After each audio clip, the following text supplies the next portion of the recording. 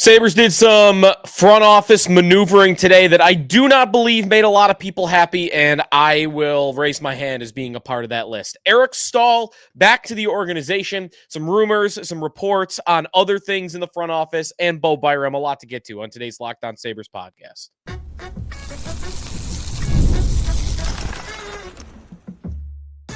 You're Locked On Sabres, your daily podcast on the Buffalo Sabres. Part of the Locked On Podcast Network, your team every day.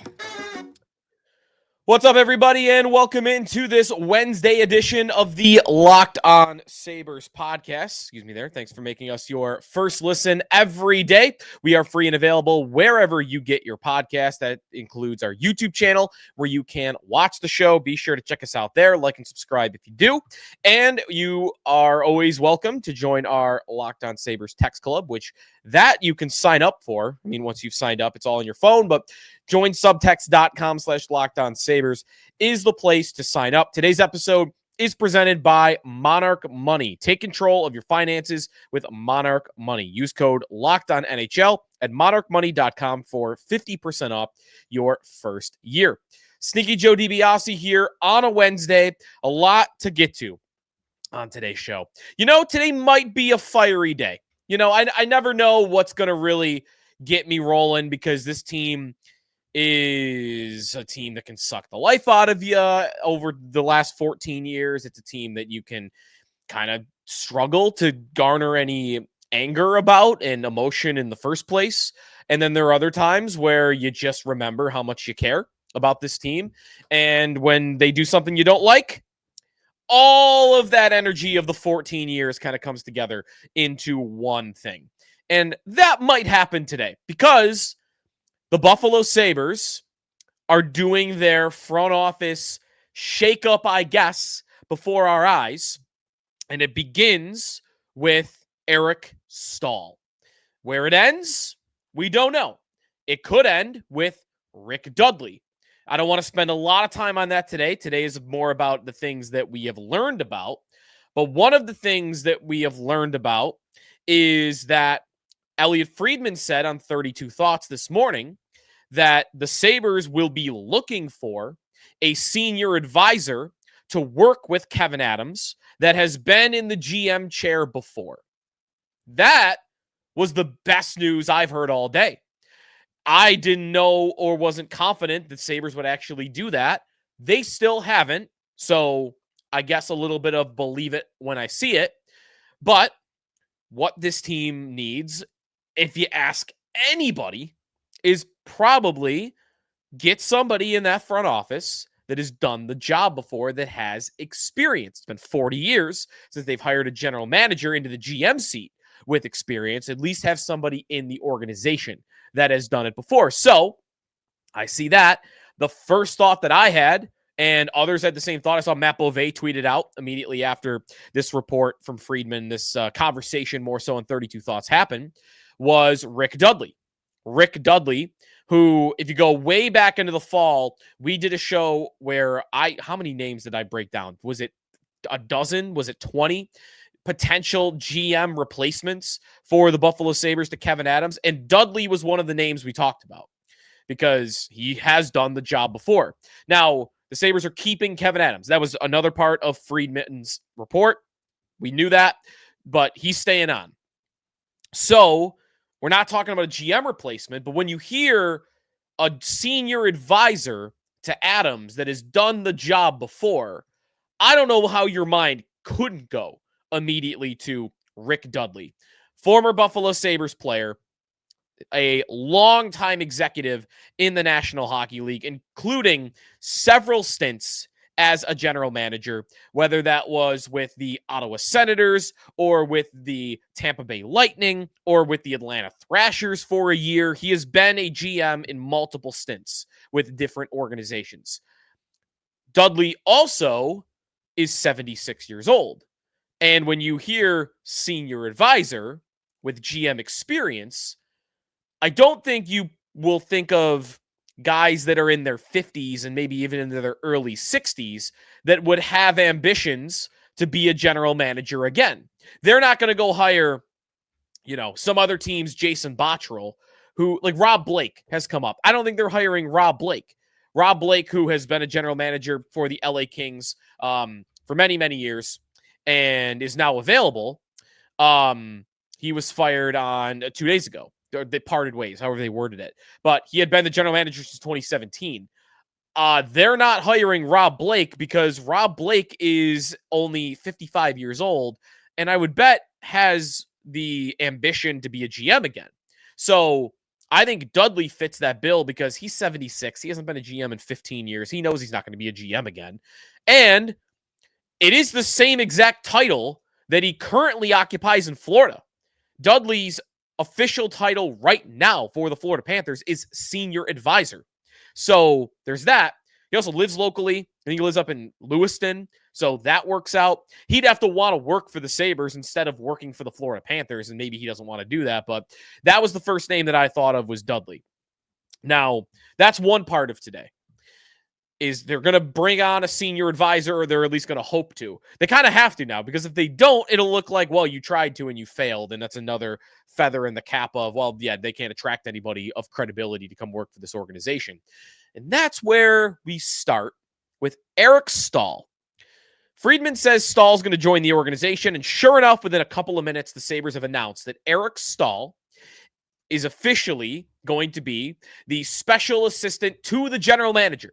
I want to make that clear. He is not the assistant general manager.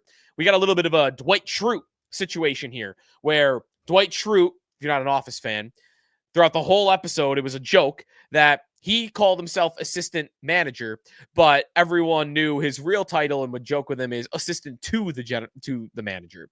Well, that's Eric Staal. He is a special assistant to the general manager, will assist in scouting and player development and yada, yada, yada. Eric Staal's in the organization. No executive experience before to speak of at all. He is now working underneath Kevyn Adams. He played for this team, of course, during the COVID year in the spring of 2021. He was traded at the deadline. And I hope they don't believe that is their way to establish credibility in the front office. Eric Staal is a credible name in the hockey world as a player. But if you're trying to bring in credibility into your front office, you do not do that. You do not get that, I should say, by hiring somebody that has zero experience in that position, in that front office. So to me, the only purpose that this serves, Eric Staal being in the organization, is to show a level of tone deafness from the Buffalo Sabres and Kevyn Adams. Because I don't want to go too far with this point. This is a little bit of an overreaction Wednesday. I don't actually think Eric Staal being in the organization harms the Buffalo Sabres in any way. And I'm sure there are a ton of fans that don't care at all. That whatever, Eric Staal, who cares? 2006 was a long time ago. There are also a lot of fans, and it's easy for me to check back into this mode. A lot of fans that are offended at the idea that he works for the team.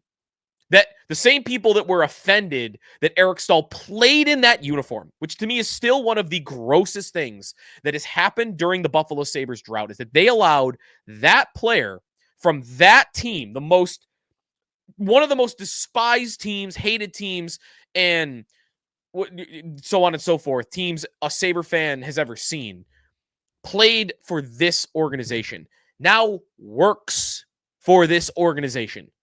Eric Staal might be a great guy, no offense to him, but sorry, you were on that team. If in my opinion, you shouldn't work for the Buffalo Sabres. Kevyn Adams gets, I guess, a special exemption because he worked here for years and he is from here. But the last thing any Sabre fan needs right now, with the energy level and the tone and the excitement, all of that being in the gutter for this organization right now, hiring a dude that every one of your fans hates is just a twist of the knife. It really is. Just like as if you guys couldn't go lower. Oh, you fell 2 spots in the lottery 2 nights ago. Oh, watch this. We're going to hire Eric Staal. I mean, I had some of the jokes on social media earlier, and a lot of other people did. What's next? They're going to hire Brett Hull to work for the organization? They're going to hire Milan Lucic to work for the organization? I mean, I could just run down the 06 Hurricanes roster. Go hire Brett Hedican. Go hire Cam Ward to be the goalie coach. Glenn Wesley, Chad LaRose, just Mike Commodore. Hire them all. Hire the 06 Hurricanes to run this organization. Sweet. That'll make your fans feel great because it's just a reminder that that was our cup. That was our cup. It was. All the injuries. It's the only reason Carolina won that Stanley Cup. It's the only reason they have a banner up there in the rafters is injuries. I mean, you could extend that even to the finals when Dwayne Rolson got hurt for the Edmonton Oilers. That team, that Hurricanes team brings only negative feelings from your fan base. So you hired one of them.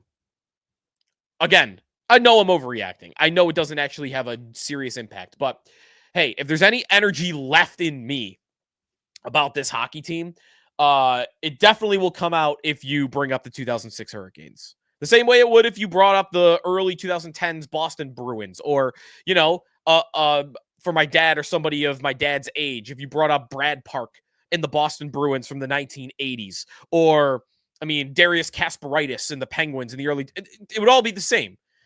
So, I don't know. I hate it. I absolutely hate it.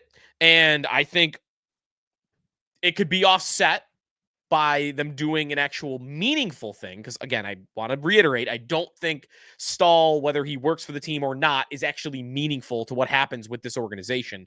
I guess, what are they really hoping from him?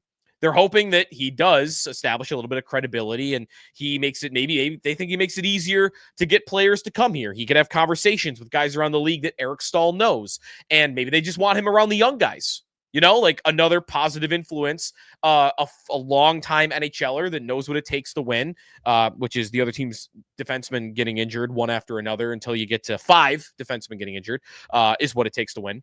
Of course, I don't know. I hate it.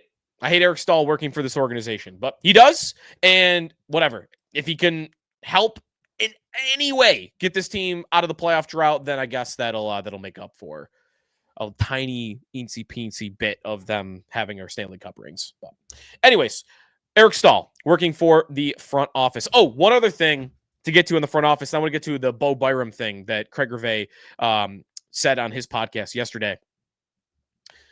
Seth Appert.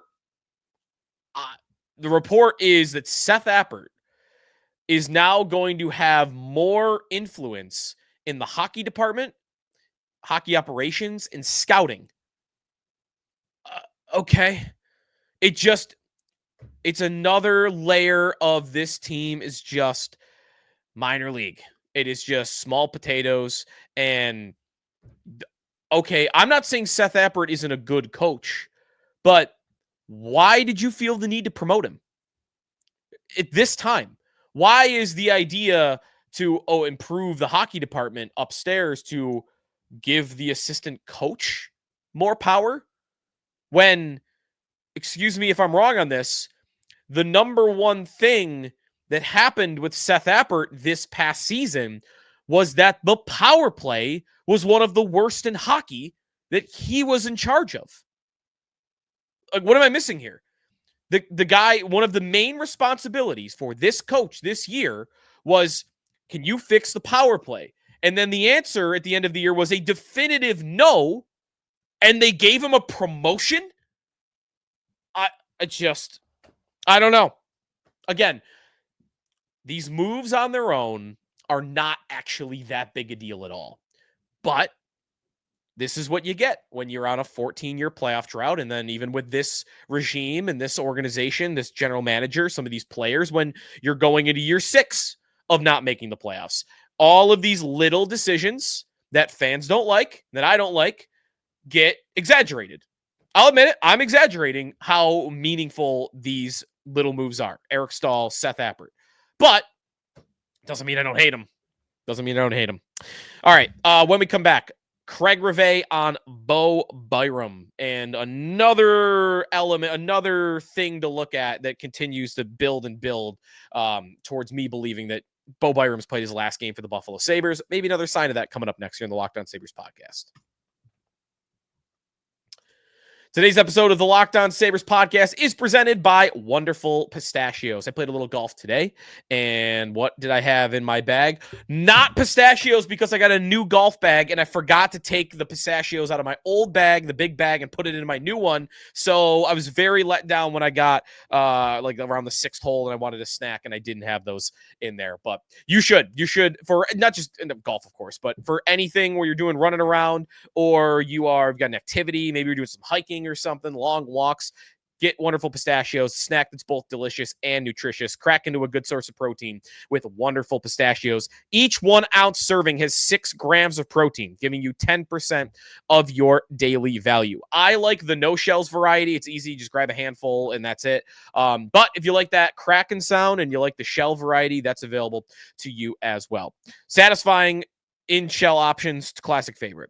Get snackin', get crackin' with the snack that packs a protein punch with Wonderful Pistachios. You could visit wonderfulpistachios.com to learn more. Back here on the Locked On Sabres podcast, the Sabres making some changes in the front office, an addition at least today. Eric Staal, special assistant to the general manager, and the report is that Seth Appert has now more say, more power in the front office. Okay. I also kind of want to guess that Lindy does too, but we haven't seen much of that lately. Okay. The other thing to get to around the whistle, after the whistle, excuse me, with Craig Rivet and Andrew Peters. Yesterday, we talked a little bit about some of the things that they had to say about Adams and him staying on after a multi-day presentation, which I assume included that Eric Staal would start working for the team. Bo Byram. Craig says that he's heard that Bo Byram's house in Buffalo is empty. Empty. Packed all his stuff up, and he's gone. At least from his house. He also doesn't have a contract with the Buffalo Sabres, but he is a restricted free agent, and he's 2 years away from unrestricted free agency. But Byram packed his stuff up. Now, again, having a little fun with this. What would compel a guy to pack everything up? You know, like, if you're going away for the off season, do you pack everything? Sure, I'm sure he goes home to Vancouver or around British Columbia, somewhere there. So why do you need everything? Unless you don't plan on coming back to said house. He could be buying a new house in Buffalo. It actually could even be the opposite. It could be, he thinks he's about to sign a 7-year deal and he's going to buy a bigger house. So he took all his stuff out because by the next time he comes back to Buffalo, he'll be in the new house. I don't think that's the case, though, because that would assume that he is signing a long-term extension with the Buffalo Sabres. And I do not believe that is currently the favorite at all to be what happens here with Bo Byram. So, all right, Byram's house is empty. You know, the real estate scoops in sports, sometimes they can look like they're not really serious points to be taken about what's about to happen. But a lot of times they end up being indicative of what is coming. I mean, I remember Tom Brady put his house on the market in Foxborough or in New England, Boston, wherever he lived, when he worked for the Patriots. And I remember when he put his house on the market before he hit free agency, and everyone was like, "Oh, Brady's going to leave. Brady's going to leave." And then you had, of course, the guys, it's real estate. You can't take that to mean anything. And sure enough, he left. He left. And there are a lot of other examples of that as well in sports where the guy puts his house for sale, or in this case, moves all his stuff out, and you go, it doesn't mean anything. And then it does actually sometimes mean something. It's a new world covering sports in this way. So because it's not the only thing with Bo Byram, we have this long buildup of him not sounding like somebody when he talks about it that wants to be here long term. Him being somebody that's played for an elite organization in Colorado, and that's sure it's a big culture shock here playing for this organization, playing so far away from home for him. And also Kevyn Adams not really naming him as a part of the Sabres core. All of that preceded this thing from Craig Rivet about his house being empty, it's just more and more evidence. You know, if you're a lawyer and you're trying to get a conviction here on he's leaving, and you just got Exhibit A, Exhibit B, Exhibit C, Exhibit, and then you add it all together at the end, and you're trying to build something where you don't have a reasonable doubt. So I'm about at that point with Bo Byram. Like I never say never that he couldn't sign an extension with the Sabres if they were to overpay him. By the way, one other exhibit that I should mention here about Byram and him wanting to leave that might be the source of why he would want to, might not even have anything to do with Buffalo or the Sabres. He might love the guys and think that they are going to turn things around, but still want to go because Friedman said a couple months ago that Byram wants to be a number one defenseman. And he wants power play time. He wants more minutes. And that's not going to happen for him here. I mean, he's not even going to be the number two guy here. And that does hurt his pockets. He's got a contract extension coming up. And I think he probably thinks, if I were to guess, he's going to get somewhere around $8 million. He just had a career high with 38 points. And almost all of those were even strength. Of the 38 points, 35 were at even strength, by the way, ranked 15th in the National Hockey League for defensemen. But why doesn't he have bigger points? Because he doesn't play on the power play. Because the Sabres have two guys already for that. They have Dahlin and they have Power. And if you're Bo Byram or you're Bo Byram's agent, I'm sure you're thinking, man, I got 38 points in Buffalo and all were even strength. If I go play for blank, whoever, Calgary, it doesn't matter. I go play for them and I get number one power play minutes and I hold level on my even strength production. And now I add 20 to 25 power play points. Well, now I'm a 60-point defenseman. Now that went fourth overall. Now I have, instead of an $8 million player, maybe now I'm a $9.5 million player. I think his value only grows if he stacks up the points. And I don't think he'll ever stack up the points because you can only get so many even strength points as a defenseman. And he's never going to play power play here. At least unless Power gets like horrible at it. He's never going to do it. So I think he's gone. Maybe he gets one more year, but I think he's probably gone. All right. Last thing when we come back on the Amerks, we know their opponent. Coming up a little bit on that next on the Locked On Sabres podcast.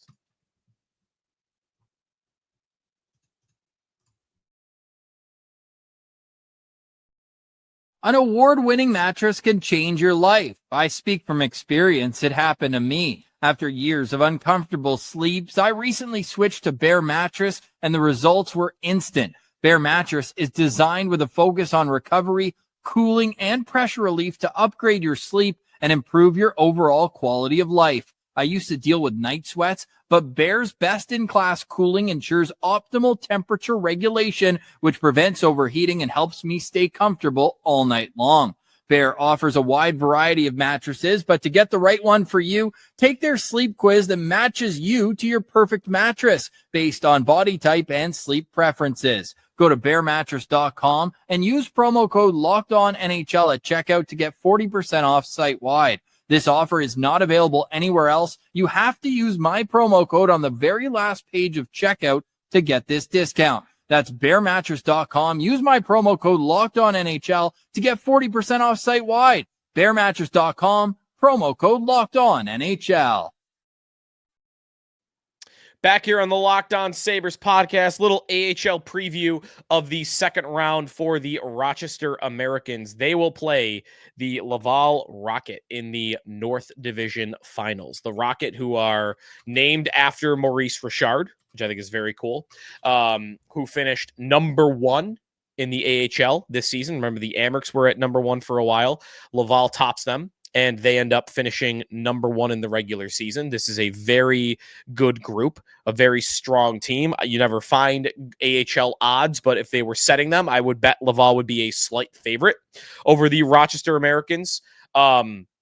If you are wondering about their roster and some of their names and some of their bigger name prospects, they don't really have a lot of elite prospects. Like some of their top guys are more so career AHL guys, tweener guys in the AHL and the NHL.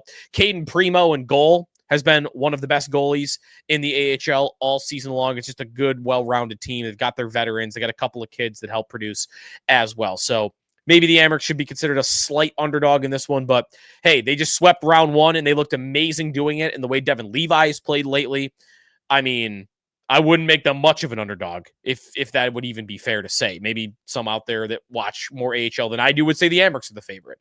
The last time these two teams played in the playoffs was the 2022 North Division Finals, and the Amerks got swept in that series. Obviously, a lot younger, Kulik younger, and a lot of those players, that would not. Well, Kulik wouldn't even be on the team yet, I don't think.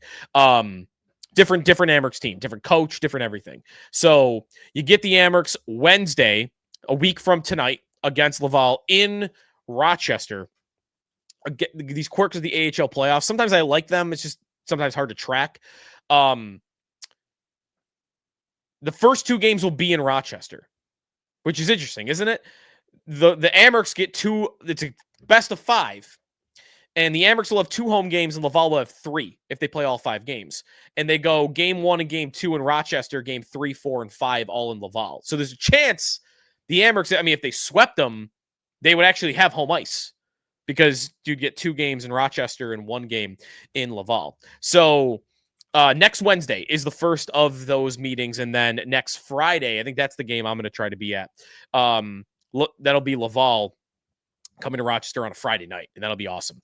By the way, if you're wondering where is Laval, it is basically Montreal.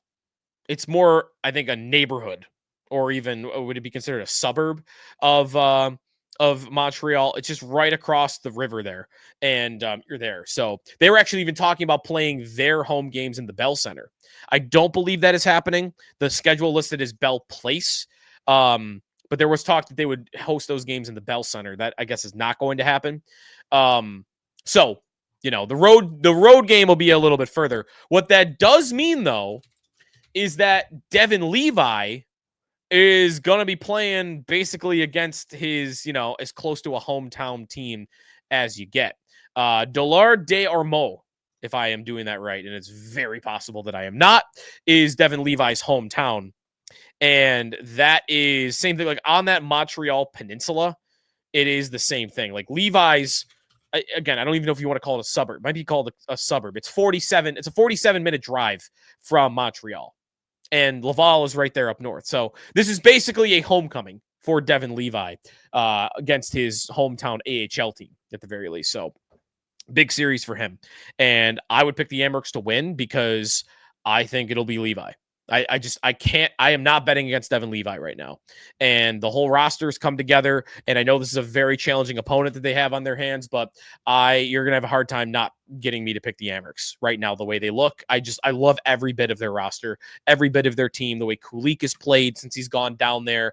Constant Hellenius showing up and being a producer in the playoffs and being an energy guy while also scoring a couple of goals. The veterans, Brett Murray and all. Kel Clegg has been awesome since he's gone down there. I'm picking the Amerks. I'll probably pick him in 5, though. I'll pick him in 5. Laval's a good team. And I'm not being someone that doesn't watch them almost ever because they're number 1 in the AHL. I want to respect the record, respect the standings, and respect what I read about them, which is that's a top team. So I'll pick the Amerks in 5. All right, that'll do it for us today here on the Locked On Sabres podcast. Eric Staal today. Who will it be tomorrow? What about Chris Neal? Chris Neal tomorrow maybe will start working for the team. Or just hire the whole 06 Hurricanes. I still can't believe Eric Staal is back in Buffalo. Just don't bring the ring. Don't wear the ring around. Imagine if he wears the ring around. Get that ring out. That Stanley Cup ring better not enter that building. Maybe Kevyn Adams' ring's already entered the building. I'm not sure. All right, enough. I'm out of here. See you later. If you're looking for some playoff talk, be sure to check out Locked On NHL Game Night, the Leafs and the Panthers, and all the good series we had. The Hurricanes winning in overtime game 1. You've had a lot of great action. Check it out. Locked On NHL Game Night every night, every game until a Stanley Cup champion is crowned. Get some local analysis on a national stage. Find NHL Game Night on Locked On NHL and YouTube, or wherever you listen to your podcasts. We'll talk to you tomorrow here on the Locked On Sabres podcast, part of the Locked On Podcast Network, your team every day.